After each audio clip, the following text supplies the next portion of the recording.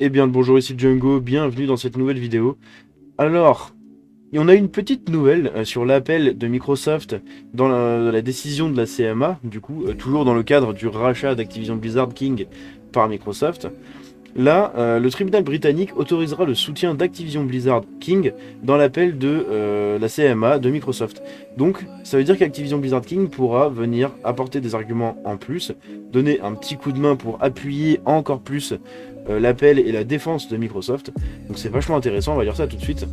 Activision Blizzard King, ne jamais oublier, peut se mettre en place et aider Microsoft à obtenir l'approbation du Royaume-Uni pour poursuivre sa fusion. Activision Blizzard King, encore, ça manque, hein, ils aiment pas le mettre. Hein. Activision Blizzard King se joint à Microsoft dans son appel contre la Competition and Markets Authority, donc la CMA. Selon Reuters, l'éditeur de Call of Duty a obtenu l'autorisation d'ajouter ses propres arguments à ceux précédemment avancés par son partenaire commercial en cours, qui est donc Microsoft. Donc c'est ça, ils pourront ajouter leurs propres arguments. Donc c'est très intéressant et nul doute que l'appel prendra une autre tournure, du coup, avec deux personnes qui se battent pour le même bout de viande.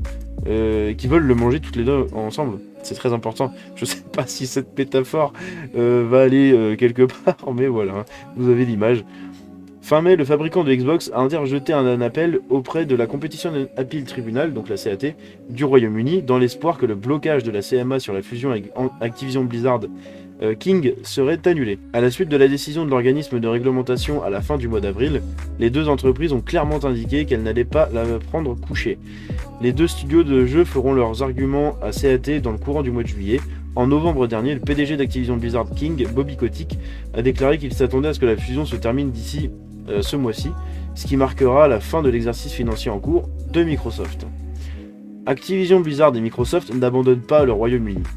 Dans l'état actuel des choses, la CMA est l'un des plus grands obstacles auxquels les développeurs... Donc c'est AMC, mais c'est la traduction, hein, donc la traduction c'est la CMA, hein, voilà. Est l'un des plus grands obstacles auxquels les développeurs sont confrontés avant de pouvoir achever leur fusion de 70 fucking milliards de dollars.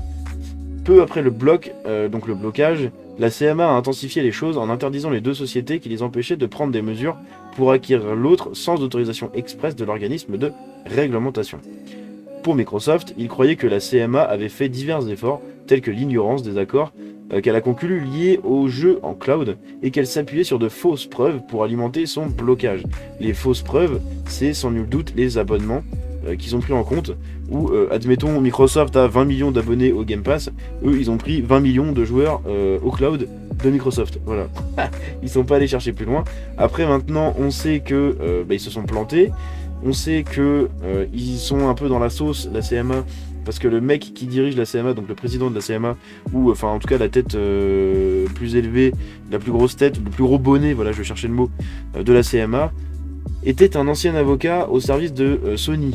Donc vous voyez un peu le problème qu'il y a, c'est qu'il y aurait potentiellement un conflit d'intérêts, voire de la corruption, et là par contre ça passerait pas du tout. Donc il y a des enquêtes en cours, à voir ce qui va se passer, mais si ce mec-là est condamné et s'il y a vraiment comment dire, des choses qui sont faites après ça, nul doute que le rachat va se faire assez facilement.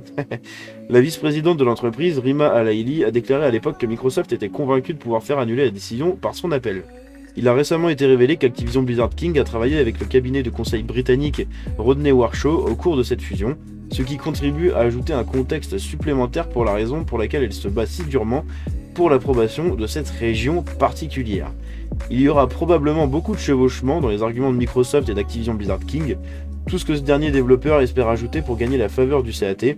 Il devrait être substantiel sans se sentir répétitif. Donc j'ai vraiment hâte de voir ce que ça va donner. Là c'est vachement intéressant en fait qu'ils arrivent à mettre Activision Blizzard King dans l'appel de Microsoft. En même temps c'est les principaux concernés. Comme je l'ai dit plus tôt avec ma métaphore un peu rincée, Activision Blizzard, King et Microsoft se battent pour le même bout de viande qu'ils ont envie de ramener tous les deux chez eux. Donc c'est logique qu'ils s'entraident, hein, tout simplement. Et j'ai vraiment hâte, comme je l'ai dit, hein, de voir ce qui va se passer. C'est qu'une petite news assez rigolote, parce que moi ça me fait rire en fait qu'ils demandent le soutien comme ça, enfin qu'ils autorisent le soutien d'Activision Blizzard King. Je sais pas en fait, est-ce que ça veut dire que quand même l'appel est pas forcément gagné d'avance, ou juste par principe, ils les appellent pour les soutenir, je sais pas. Bref, je m'embrouille, hein, on va arrêter la vidéo maintenant. Vous avez compris ce que je voulais dire, et vous avez la news.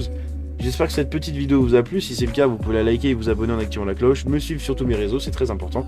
Je vous dis à bientôt, c'était Django, ciao.